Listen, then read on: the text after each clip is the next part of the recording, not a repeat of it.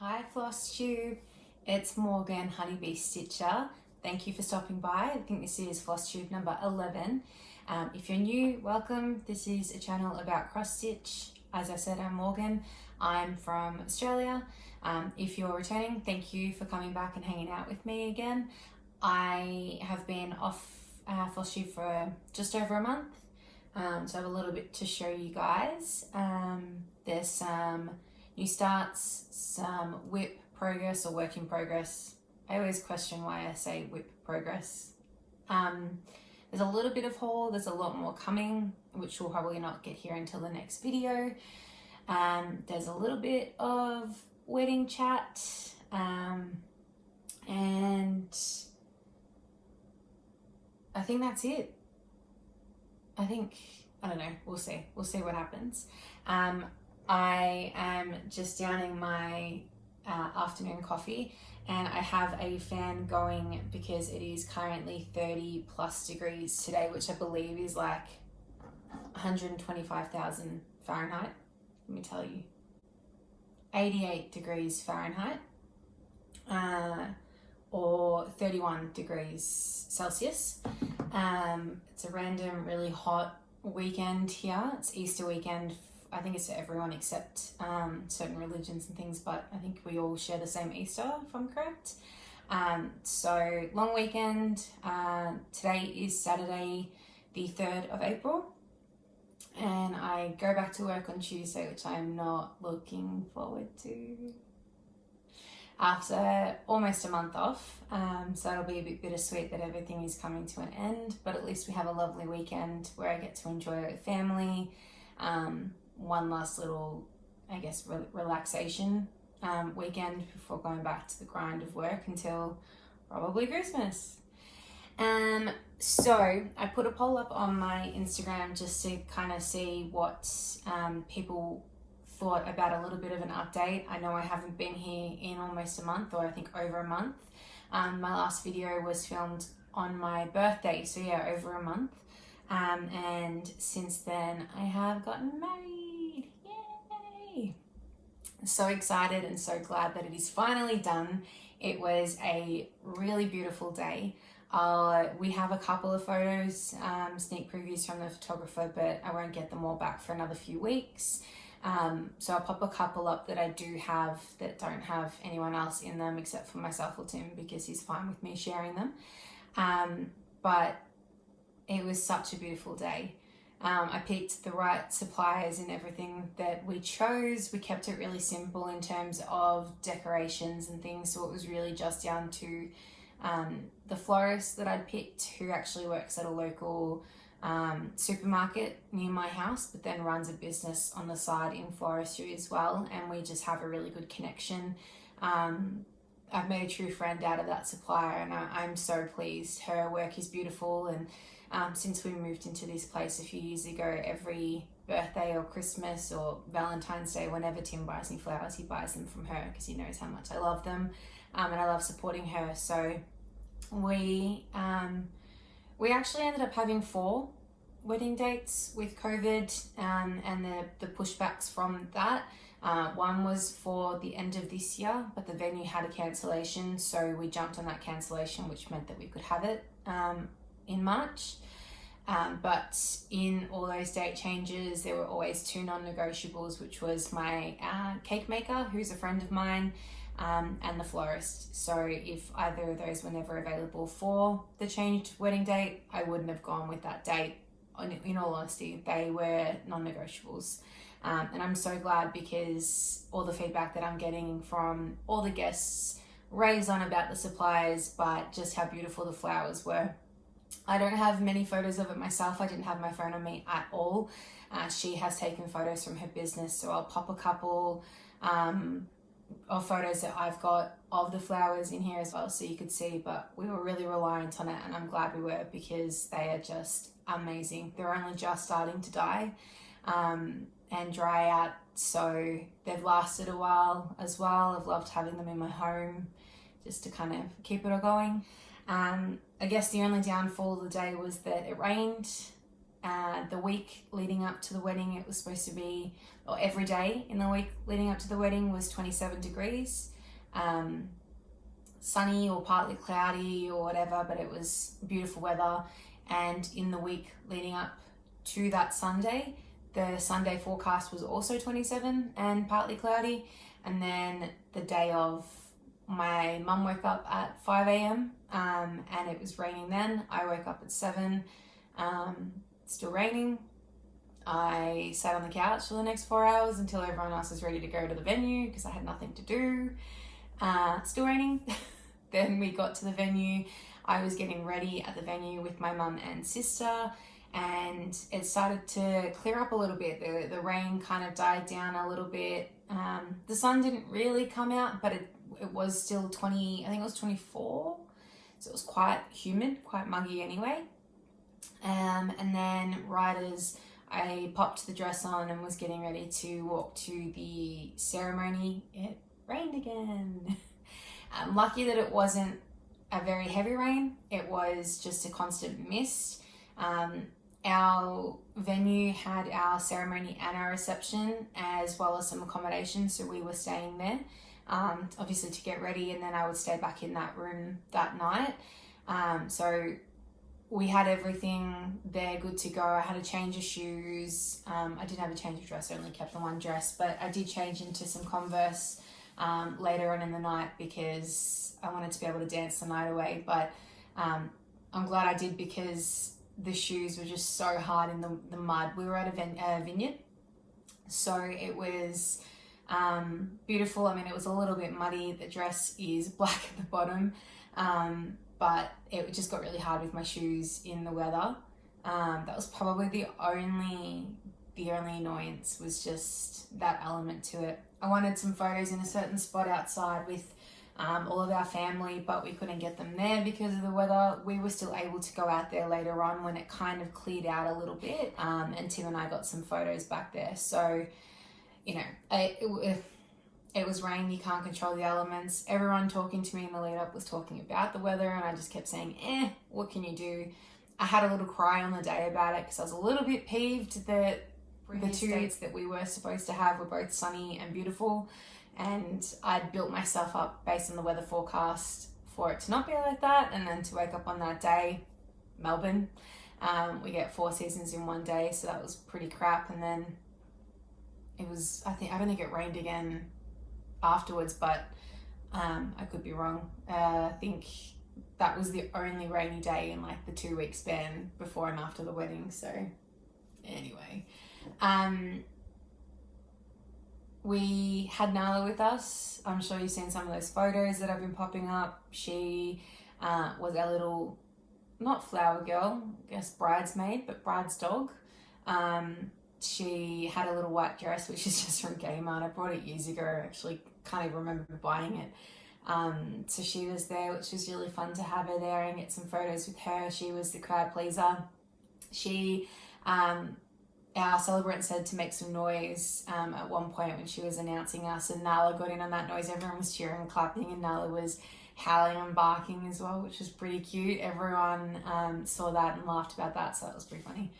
Then we went up to Hamilton Island, which I guess for Australia is kind of like Hawaii, like the Hawaii version of Australia. It's up north, just off the coast of Queensland. It's part of the Whitsunday Islands. The gateway to the Barrier Reef is kind of how it's known. And it is the most beautiful place I have ever been. It's the most well-designed island I've ever been to, and I've been to a few. I would hands down go back there, just us two or with kids in future, our families. There's just so many fun, cool water activities to do, which I hate the ocean.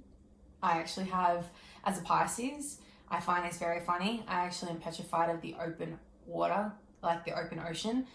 Fine with heights, can fly, all that stuff, but the thought of snorkeling and going on a boat gets me really anxious.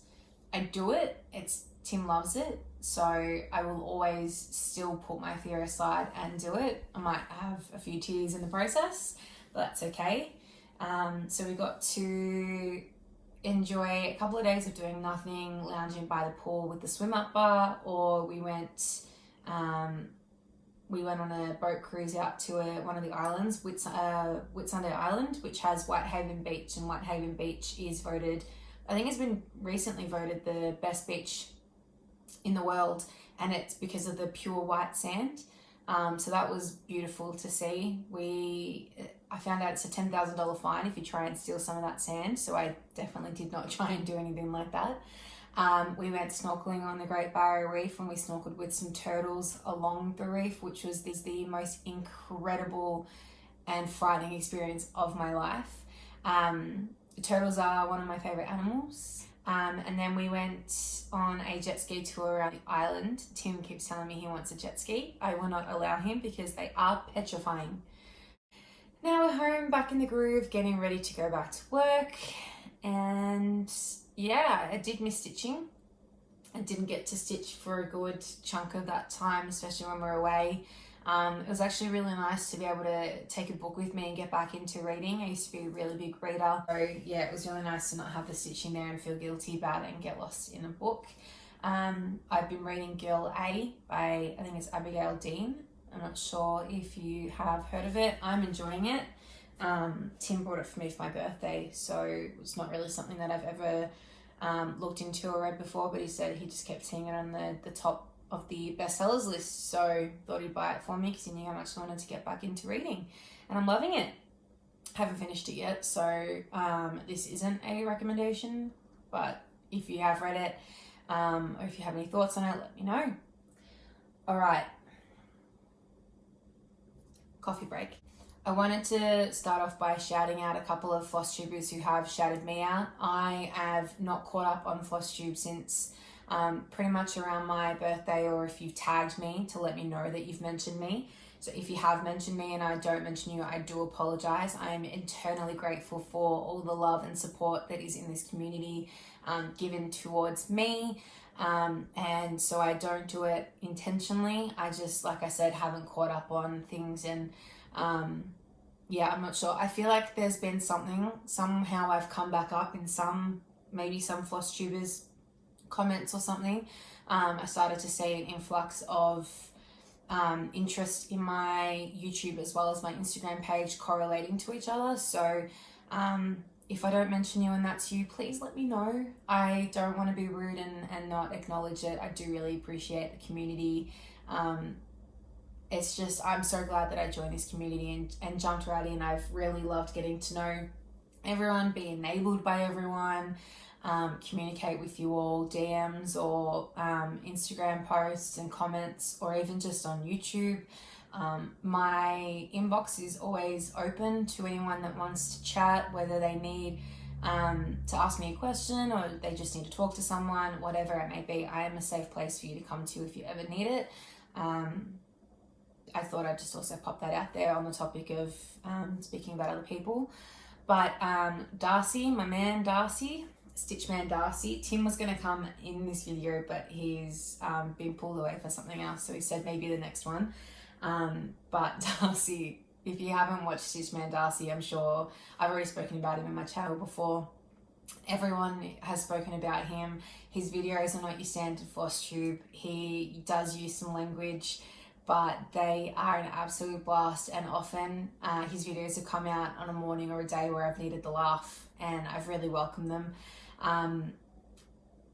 Tim hasn't touched his stitching either since we've been away, but Tim is stitching a piece that he wanted to get into. He wanted to try stitching after I showed him some of Darcy's videos. So yeah, if you want to, I think he actually shouted Tim out. So if you wanted to go check out his videos, he's got quite a few, and he's running a stitch along at the moment as well, which is a pretty cool piece. Beth, the Desert Stitcher, thank you so much for the shout out as well. Sarah, the Clumsy Stitcher, as well as Kathleen at Situation Normal. They've all mentioned me, and I think Kathleen's video was the last one that I watched, and then that's it. I've fallen off the Flosstube train. So thank you. If I've missed you, please let me know. I'm really sorry, and I'm really grateful. I really, really appreciate it. All right. So like I said, I have some new starts. I have some WIP work in progress pieces to show you. I have some haul, but I will start on, sorry, I'm in my spare room at the moment because our house is a mess from post-wedding. Get comfortable. So at the end of my last video, I had filmed it and then I'd gone to a birthday dinner with my family, and the present that I was given was a sewing machine. I'd mentioned to my mum, who has a couple, she has my grandmother's antique sewing machine, that I wanted one. I wanted to get back into it, but I was trying to actually borrow hers. She has one that doesn't have a foot pedal, so I was asking her for hers. And I'd source a foot pedal, but instead she went and brought me my own for my birthday present from my family. So really, really grateful for that. I'll pop a photo in because it's packed away at the moment and in a spare room, so I'm not going to hunt that out just yet. I did textiles in school, made a couple of things, but nothing really worth keeping or ever using again. And I don't have any chills, so when I got that, the next day I was at Spotlight and I was buying material, and I gave a couple of project bags a go. I heavily relied on Elizabeth Ann Can Stitch, Liz's tutorial that she posted on her YouTube for project bags. I've made 3 using that tutorial, and every time I've made one, it's just gotten easier and easier. Her tutorial is simple as anything to follow.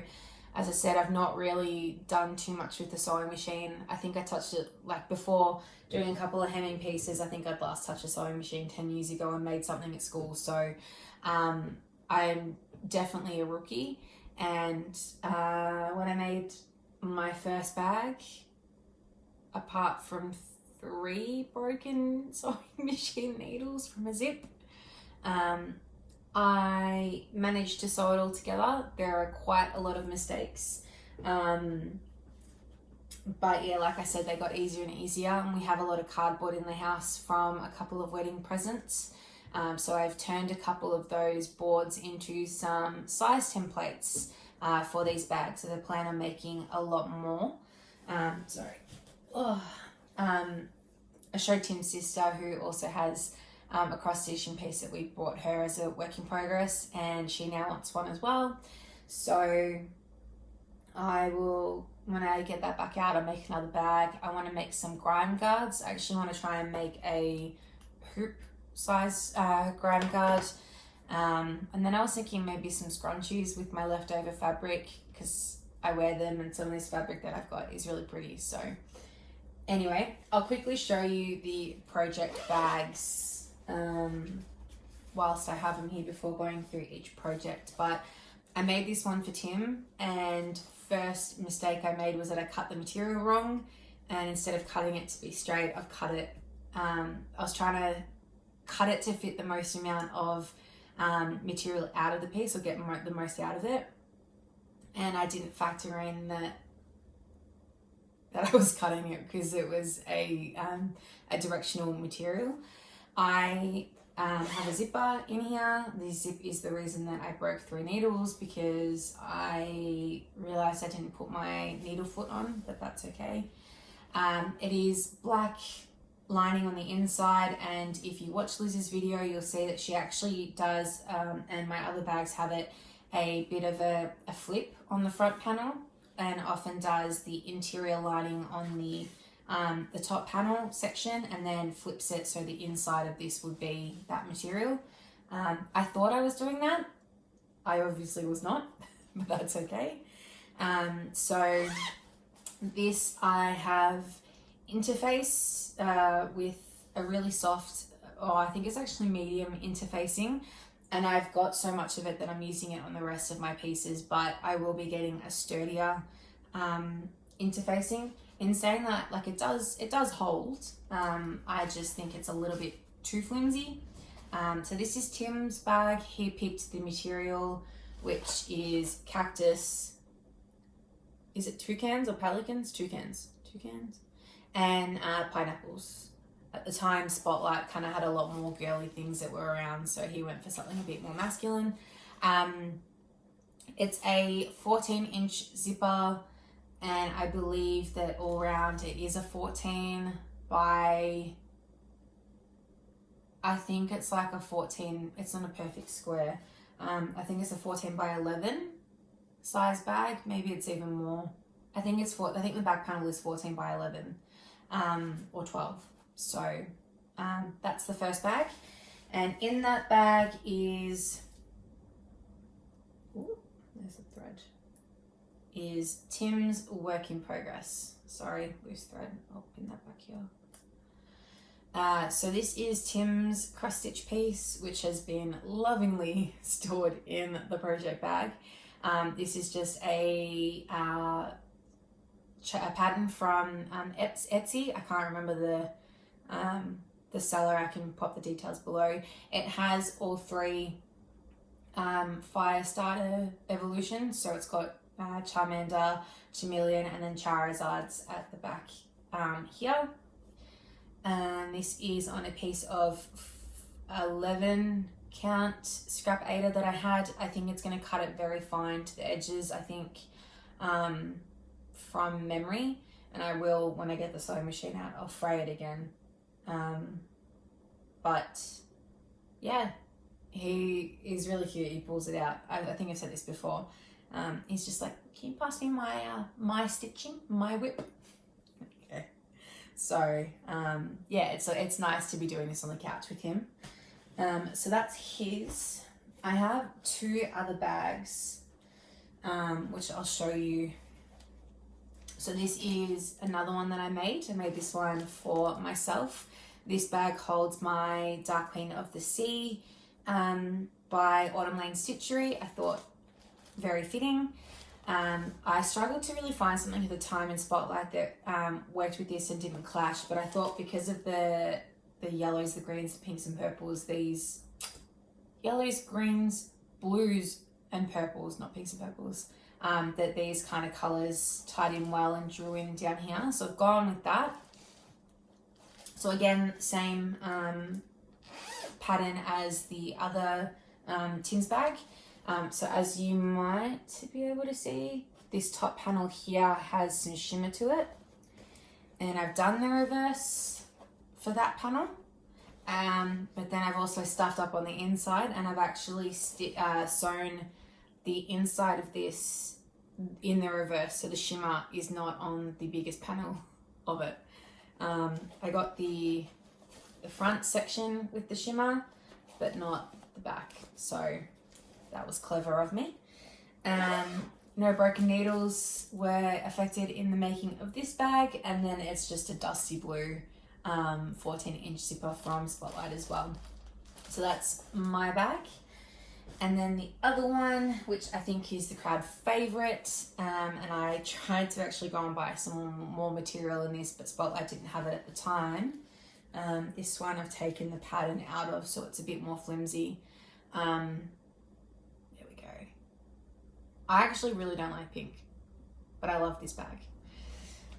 So that's this one, and this is probably the best one that I made. It worked a treat. My zip line on the black bag is a little bit wonky.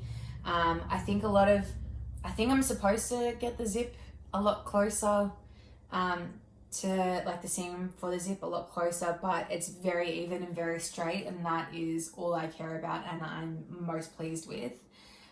So the top is just a polka dot with a bit of shimmer to it, and then this has the gold shimmer speckles all throughout.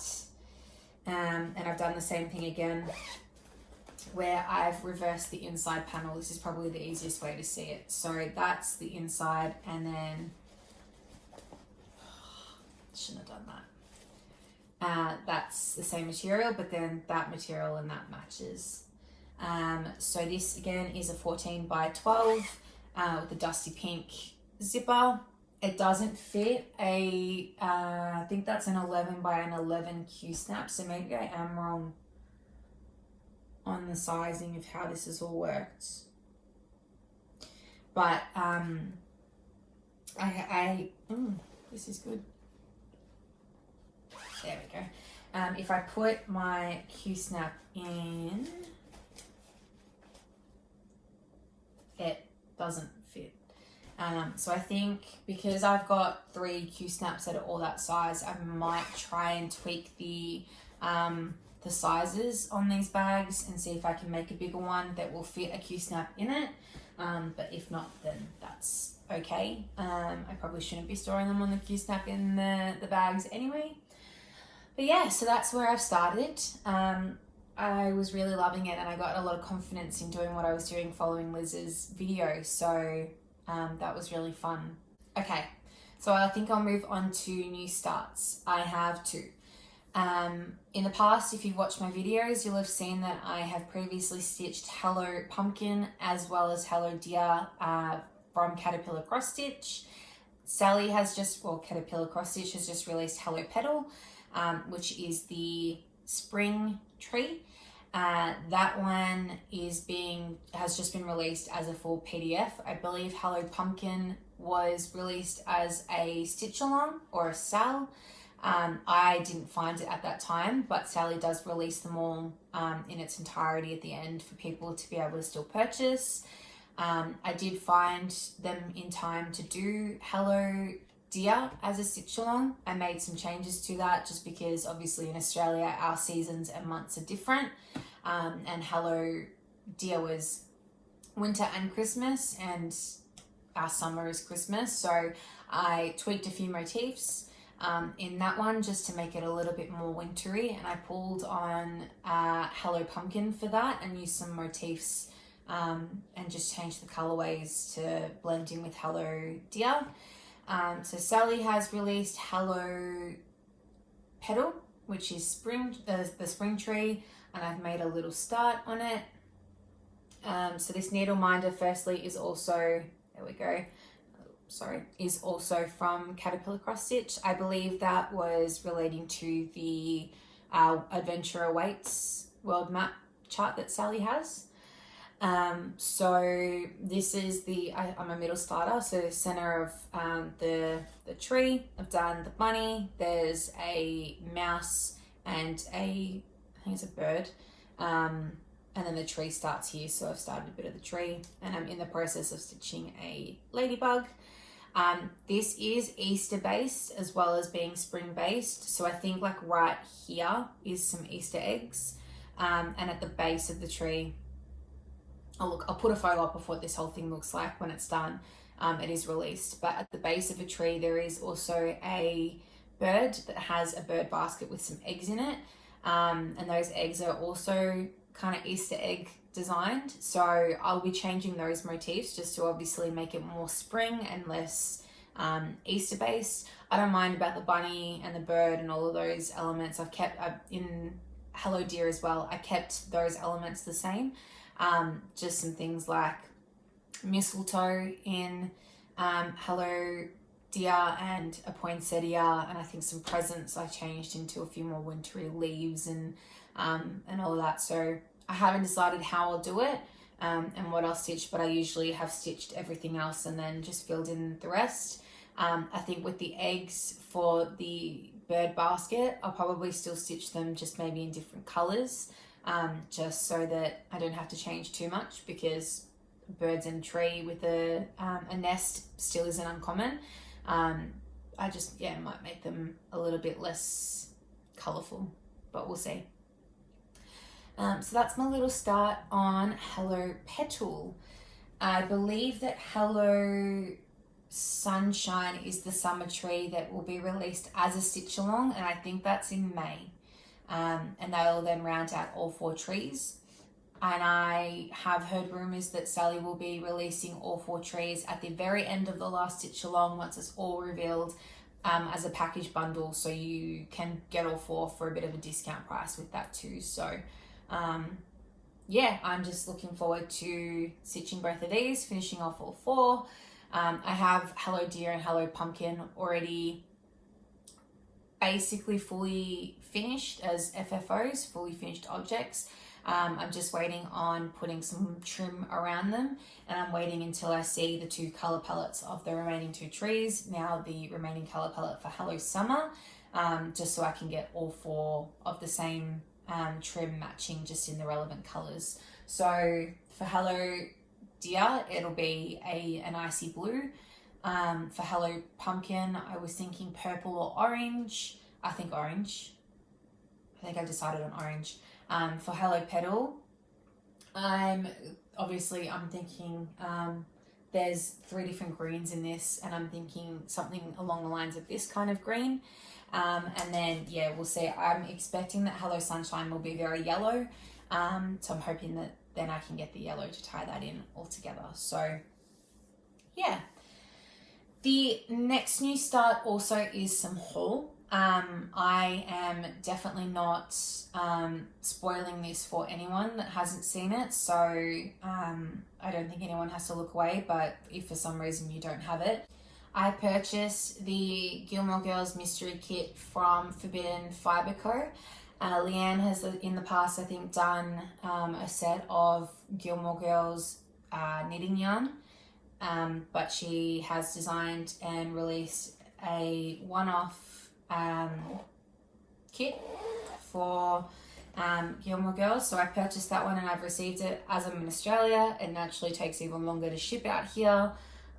Plus I got it I think the day after my last video, so over a month ago. So no spoilers here, but if you don't want to see, skip ahead. I don't know how long, but skip ahead. So first things first, it comes with this really gorgeous project bag. So it's all shimmer, if you can see, which says "Where you lead, I will follow," which is the theme song. And then we've got Lorelai and Rory in a really pretty blue. So inside it came with, what is it, 1, 2, 5 items. So this bag is one of them. There's some thread, there's a needle minder, there's material, bag, thread, needle minder, material, and the pattern. So I'll show you all of it. So the pattern is called the Raining Loreleis. I will take it out so it's not glary as much. So this is the pattern. So in the top section, we've got an umbrella for In Omnia Paratus. Here we've got Stars Hollow, which is the town coffee, because we're all obsessed with coffee. If you're a Gilmore Girls fan, you understand. Oi with the poodle already, although it just says, I know it does say the whole thing, Oi with the poodles already. And then the dragonfly in. So some pretty iconic Gilmore Girls things. So that's the chart. I'll put it away later. I have a needle and some thread on here because I've just pulled it off. There was a Luke's Diner symbol needle minder, which the magnet on the back says Gilmore Girls, and underneath it says Forbidden Fibre Co.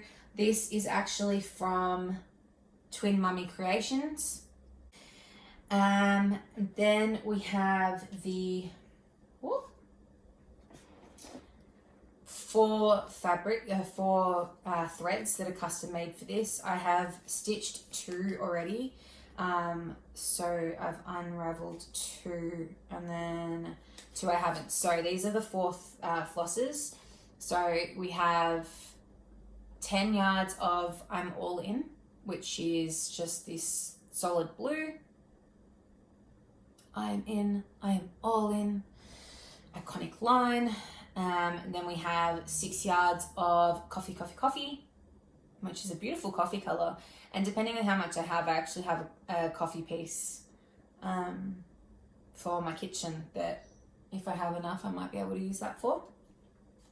Then I've used these 2, so these are both 6 yards. So this is Monkey Monkey Underpants, and it variegates from, I don't know if you can see that very well.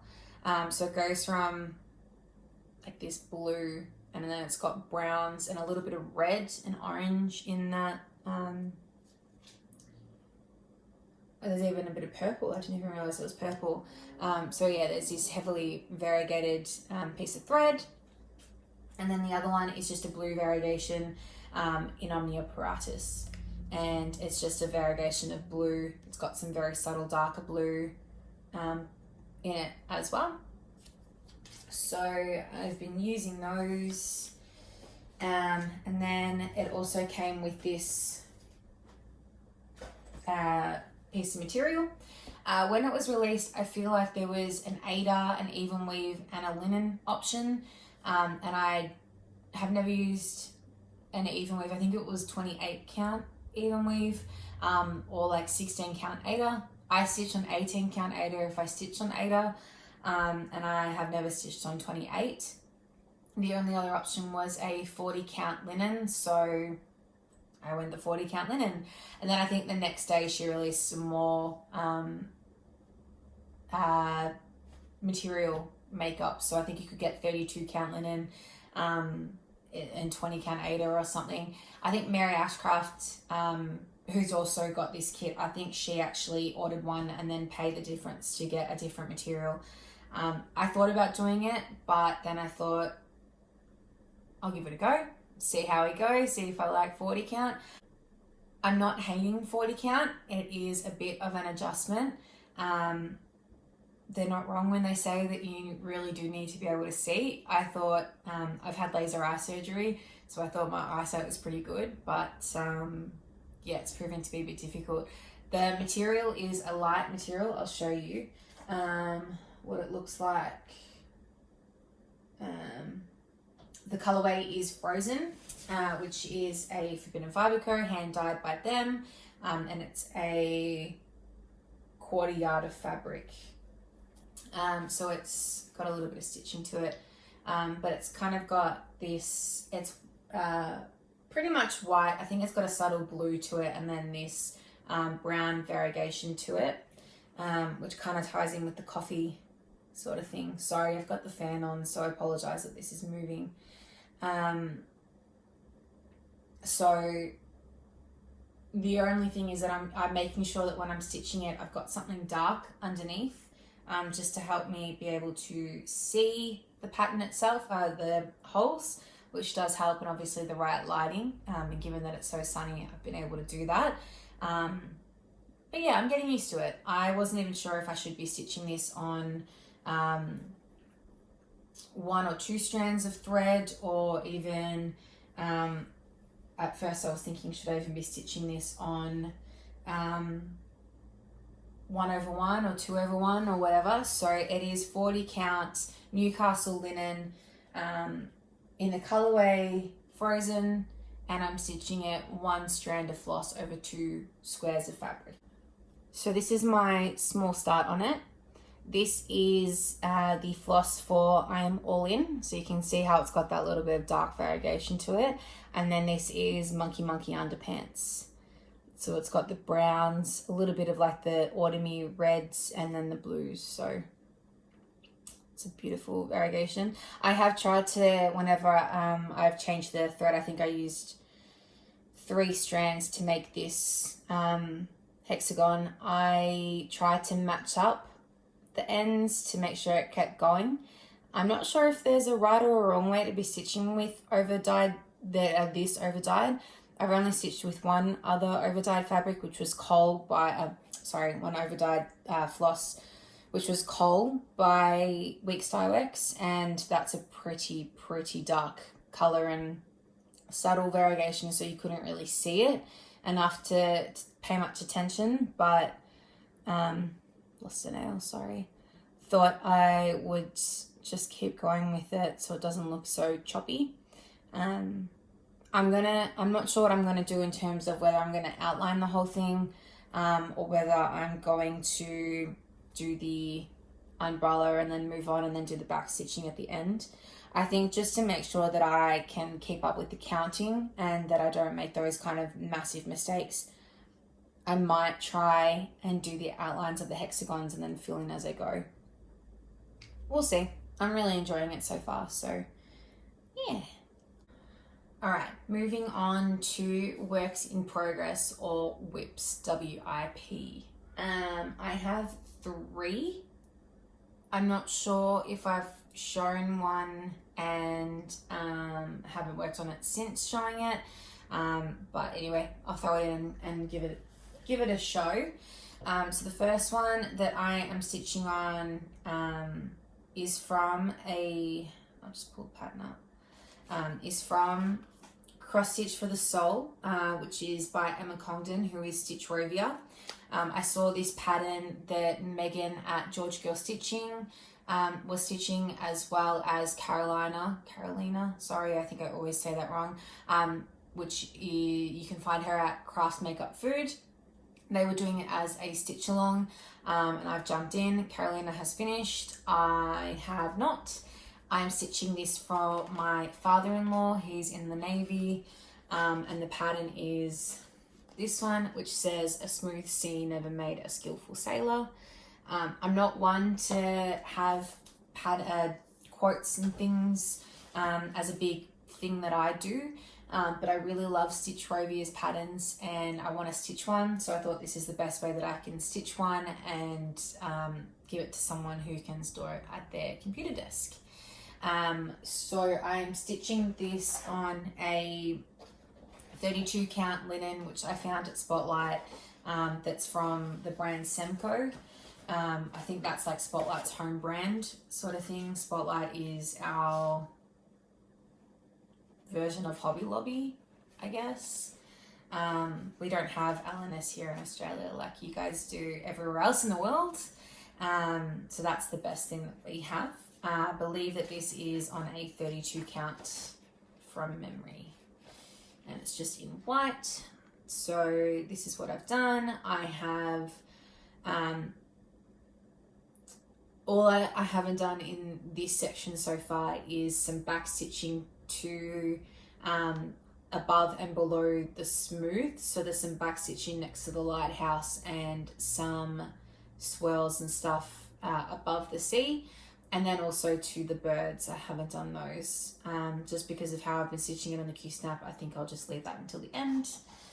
The last thing, I'm gonna get rid of that, see if that helps. Last thing I remember stitching and catching up with was filling in the sea. So that's just why I'm not sure if I showed this in my last video or not.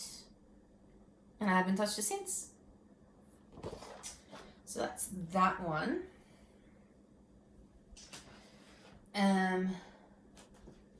Next one, because I already have it out, is this Eye Candy by Gecko, artwork by Carissa Rose Art, charted by Gecko Rouge. I bought this, you can only get Gecko Rouge as kits. So I purchased this in 2019 when I purchased B and completed that one already. If you haven't seen it, check it out. I'm stitching this on 18 count Aida, which was given in the kit. They use Zweigart base, so it's a beautiful pure white Aida. It's got 73 colors and stitch count is 226 by 297.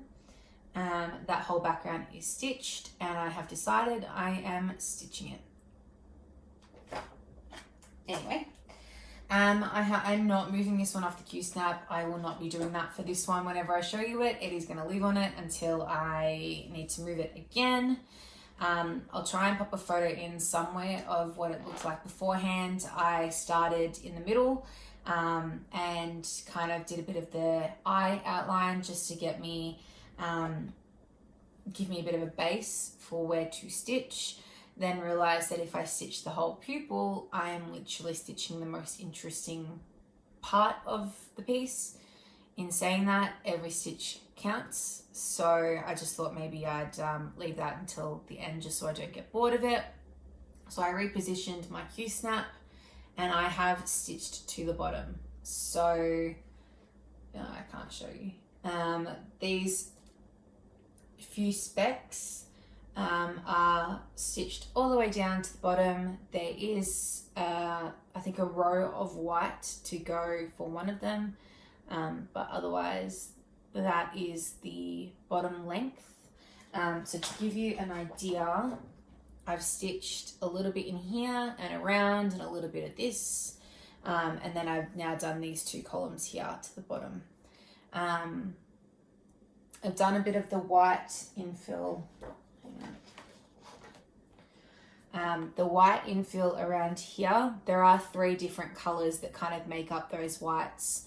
It's like a cream color, and then there's like a yellowier and everything, like base color to it. And I started to stitch that just because I will be carrying my threads. I know that much. I don't care about how my backs look. But given that it's so confetti heavy, I will be carrying it. I don't care what my backs look like. So I will carry my threads quite a bit, but given that it's white, I obviously don't want to carry where it comes through. That's one thing that I know that I am pretty good at hiding. So I'll be doing the white and then a couple of colors. Like I don't carry anything ridiculous. I don't think I go past 10 stitches unless it's literally the very last one and I really don't care. So yeah, that's slowly getting on. I think that's at 3 or 4%. I use Pattern Keeper for that one, but my tablet for that is dead, so I couldn't tell you.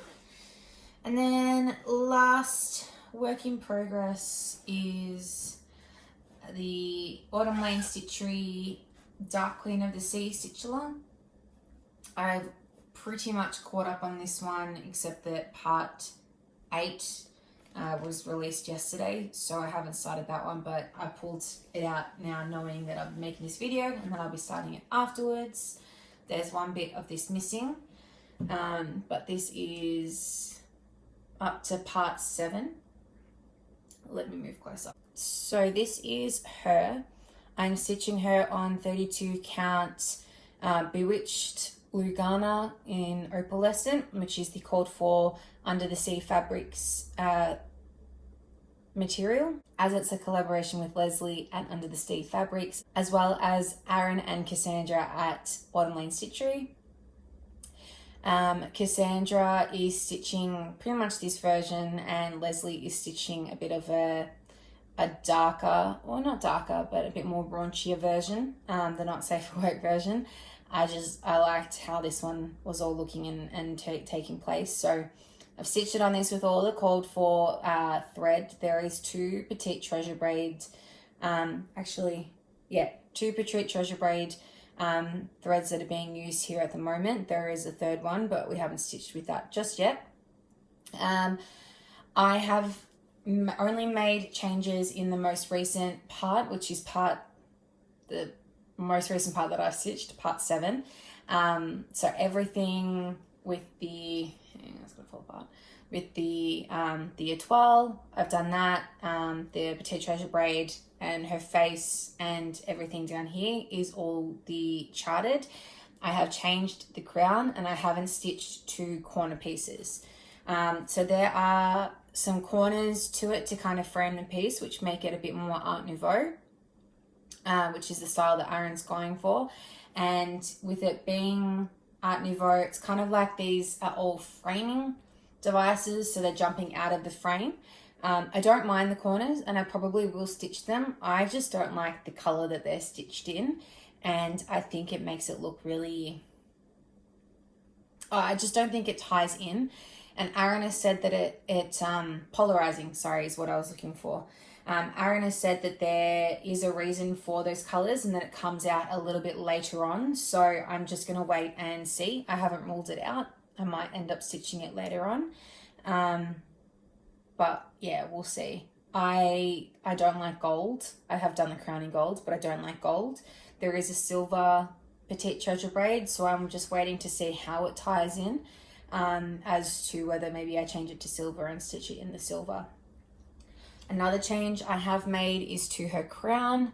So you can see the the blue and the gold treasure braid. So the blue here and the gold in her crown. I didn't like her crown that was charted. No offense to Aaron, I think his work is genius. I saw something with the crown and I couldn't unsee it. So to me, it never looked like a crown again. It looked like something, I don't want to ruin it for other people, but it looked like a something you'd find in a very popular Nintendo game. So I couldn't unsee it, so I just couldn't stitch it. A lady in the Facebook group for the Dark Queen Stitch Along had posted her conversion to this crown, and I've pretty much done the exact conversion that she has done with the colors. The only thing that I have changed is that I kept the coral. She at first didn't stitch it with the coral. She kept it out, but I wanted to still incorporate it. So I've just stitched it as if it was how it was charted. The only thing is obviously that the crown is in front. And I love it. I love it. I love it. I love it. I don't really know what else to say other than I love it. I love her. I have no idea where she's actually going to go when I'm finished with her. But I love her. The next part has been revealed, and it stitches over here. So there's a lot more coral. Seaweed and coral that come in. No, it's just coral that comes into it, sorry. And there's pitchfork. And I'm wondering if the gold in the pitchfork is what ties in the two corners, or if there's more. I think the gold in the pitchfork needs to stay gold. But yeah, jewelry for me is still out on the gold in the corners. But we'll see. I trust Aaron. I trust the process. His work is beautiful. So I'm sure it will all work. We'll see. We'll see where I end up with it. Okay, so I have some haul with me, and I have some haul that I will insert some photos of, and then I have some that is due to arrive from Tuesday next week because it's the Easter long weekend. So I'll show you all of that probably in my next video. I purchased 2 needle minders from Etsy, from, I'm sure some of you have seen and heard, Agnes Little Needle Minders. I said earlier in my video, I am a fan of turtles. So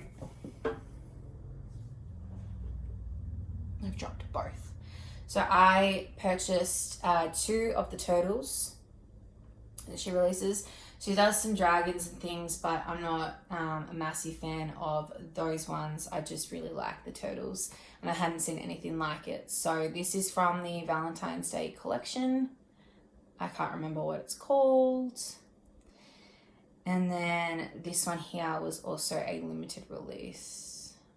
Anyway, so they also come with a really, really, like almost annoyingly durable magnet. Which are both covered in clay as well. So there we go. I love these. I think they're really cute. I just don't think that there's anything else like these on market. I know that there's obviously other. I dropped it again.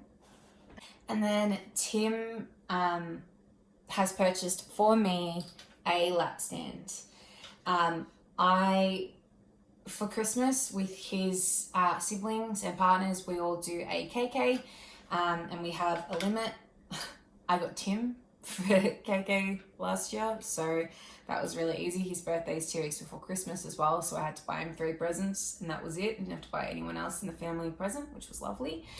But on my list of things, I popped down that I wanted a lap stand. The one that I did see, I think Megan at Georgia Girl Stitching shared one where it's a Q-snap lap stand holder, but it's got like this to it, but it holds a Q-snap rather than it being all part of the one stand combo, or like I guess like a Lowry stand or one of those frame lap stand things.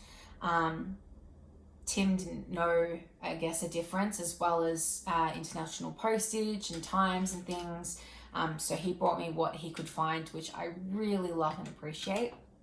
I'm not a massive hoop stitcher, but this does not really hold a Q-snap, or at least not my 11 by 11s.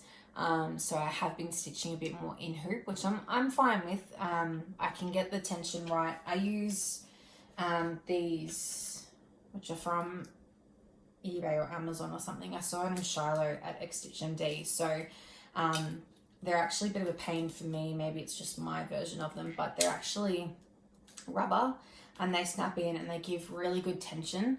That's part of the reason I didn't like hoops. I didn't find that they had the right amount of tension, and I couldn't tighten it enough constantly. So found these, bought a 3-pack, and I love them. So I'm happy to stitch with these. I do find that this wood, like cheap knockoff plastic plywood looking thing, does sometimes leave some marks. I don't really take my pieces out of their hoops or Q-snaps when I'm not stitching them, so I'm making that a more conscious effort of mine to see if maybe that changes things. And I'm also putting that on the back of the piece, so I'm actually I think the way I was always taught with the hoop was I've packed Tim's away, but you pop your piece in and then you clip it, so when you've got it, when you're looking at it from the front, all you can see is this. But I've actually been doing it the other way, where I put this on the front just to make sure that if it's going to leave any marks, it leaves it on at least the back. I mean, it's working for me, so yeah. So this lap stand was really easy to assemble. I think you got it from Amazon, and it just fits your hoop like so. It's got the ability to be turned, so you can angle it however you find it easy to. I found this really helpful to be able to start and end a thread. It moves. It's pretty sturdy down here. It doesn't really move from here. It's just from this section here and from this section here. It's just a little bit limiting on how I can sit to get it comfortable, just because I know that I don't really sit like a normal person does when I'm on a couch. But I am getting there, and I am enjoying it. I can't seem to master the two-hand stitch just at the moment, but I'm working on it. I just don't have the strength or the skill in my left hand, and the coordination. So, which is funny because I'm a right-hander, but I cut bread, scissors, tomatoes, everything I cut with my left hand. And I actually do a lot more things than I realize with my left. I put mascara on with my left hand. Not that you can tell because I've smudged. So yeah, I'm struggling with the coordination of the needle and anyway. So I think I've worked it out how I do it, and I think it's just one hand, but using kind of the sewing method, I guess, in a way. And just utilizing my left hand to make sure that the thread goes through smoothly and doesn't knot. I have been very fortunate to receive a chart from Liz, from Hello From Liz Mathews. She reached out to me to say a bit of a thank you for stitching her Loved By You piece, which is the quote typography piece that says how sweet it is to be loved by you. I stitched this to have as part of my welcome wedding table decor. I don't have the photos back from the photographer of everything. I've just got a couple of sneaks which I've put in earlier. So I'm hoping that he's taken a photo of the sign with my decor so I can show you guys what I was actually referring to all along. That I was stitching that at the same time as Evelyn at Evelyn Across the Pond, as well as Martie from Triple M Stitching. I think we've all finished it by now. I think Evelyn and I both finished it almost on the same day without even realizing. So I think we've all stitched it, and then from that there's been a number of people that have reached out or purchased it that are starting to stitch it. So as a little thank you, Liz reached out and has graciously offered a chart of my choosing of hers. So I have gone with Quaker pumpkins. So I have purchased the called for threads for that one. I've purchased them from JK's Cross Stitching. I purchased a couple of other threads with that. They were on back order, so that's only being shipped out to me next week. So it shouldn't take too long to get here. I have purchased some material from Nicola at Handmade at Number 12 or Number 12 Stitch Co on Etsy. I purchased an orange. I can't remember what it's called off the top of my head right now, but I think it will be the perfect piece. It's just not big enough. So once I get the threads in, the called for over dyeds, I think they're a week's dye works from memory. I am going to do a bit of a floss toss, see if it will work on the the material, and if so, then I'll purchase the bigger piece. And as soon as I get everything in, I'll get started on that one. So thank you so much, Liz. Your charts are beautiful. They are a thrill to stitch.